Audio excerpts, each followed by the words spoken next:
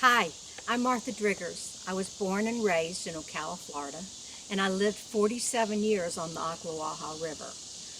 My father had a fish camp. His name was Francis Gay, and it was just a wonderful time, a wonderful place to grow up in.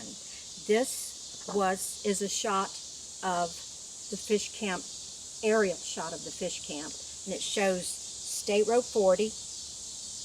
Back here would have been the bridge that you crossed over. This is Ray Wayside Park. This was a man who ran a glass-bottom boat up and down the river. He had one glass-bottom boat. His name was Joe Borden.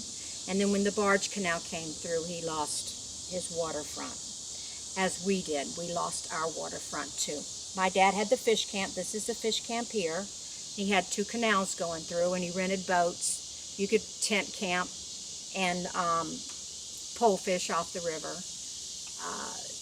It was named Colby's Landing, and that was from my great-grandfather, whose last name was Colby, and he came and settled this property in the early 1900s. He bought it from a riverboat captain, as I was told. I have no proof of that. I've tried to find proof of that, but I don't have the proof of that as of today.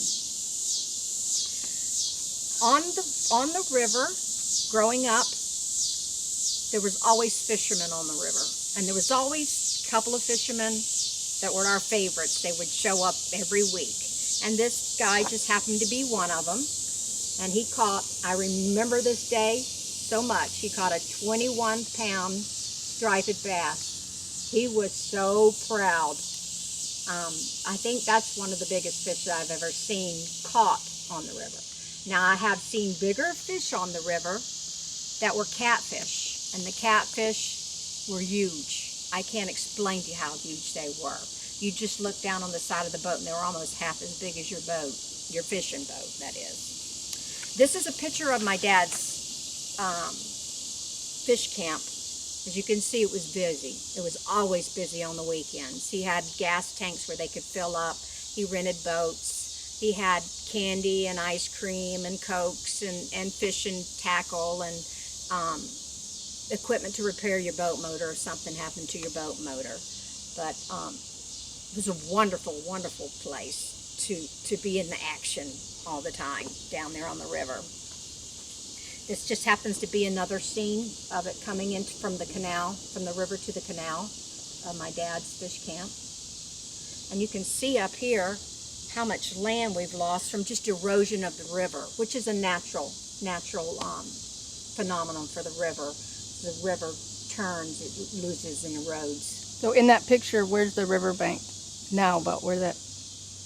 The riverbank is Picnic. way up here. There's a tree, oak tree right here, and there's probably only like 5 feet, and then the water, it drops into the water. So we lost probably, I would say, a good 50, 60 feet of river since that time. And this was taken back in the 60s. Of shoreline.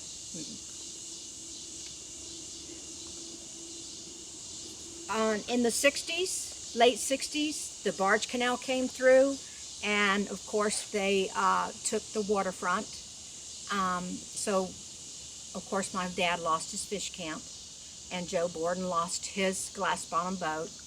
But there wasn't a whole lot of people that had businesses on the river. This is the wonderful thing about this river. It is in its natural state. There are hardly any buildings or anything built up on this river for miles. And it's just a beautiful, beautiful place to come visit. Now, after his land was taken, did he try to get it back? My dad tried to get the land back.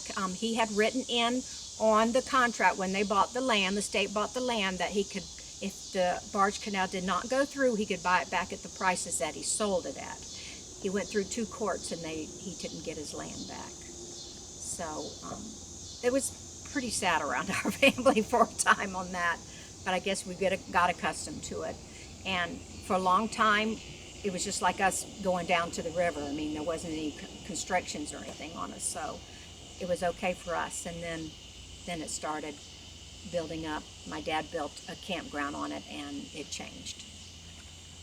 So there was tent camping along the shoreline behind us there? Yes, there was tent camping, and then of course you could bring a trailer down here. You didn't have any electric hookups, but there was tent camping down here. Was on weekends, on holiday weekends, it could get full, and we had a nice. We always had repeat customers. People would come up from South Florida just to fish this river because the fishing was so good on this river. And it was just a secret. Only so many people knew it, but we had continuous people come up every year just to bring their families to fish on the river. And did the university do a The dig? University of Florida came in the early '60s, excuse me, and there's a ridge on the river there that's where the Indians camped, and they found a lot of arrowheads, some pots. Even found some teeth, and they found the shells of what they ate, and just a lot of artifacts. And of course, they went up to the University of Florida Museum, which are still there to today. But it was really neat knowing that we weren't the only people that occupied this property. People had lived on it way before we did, and loved it like we did.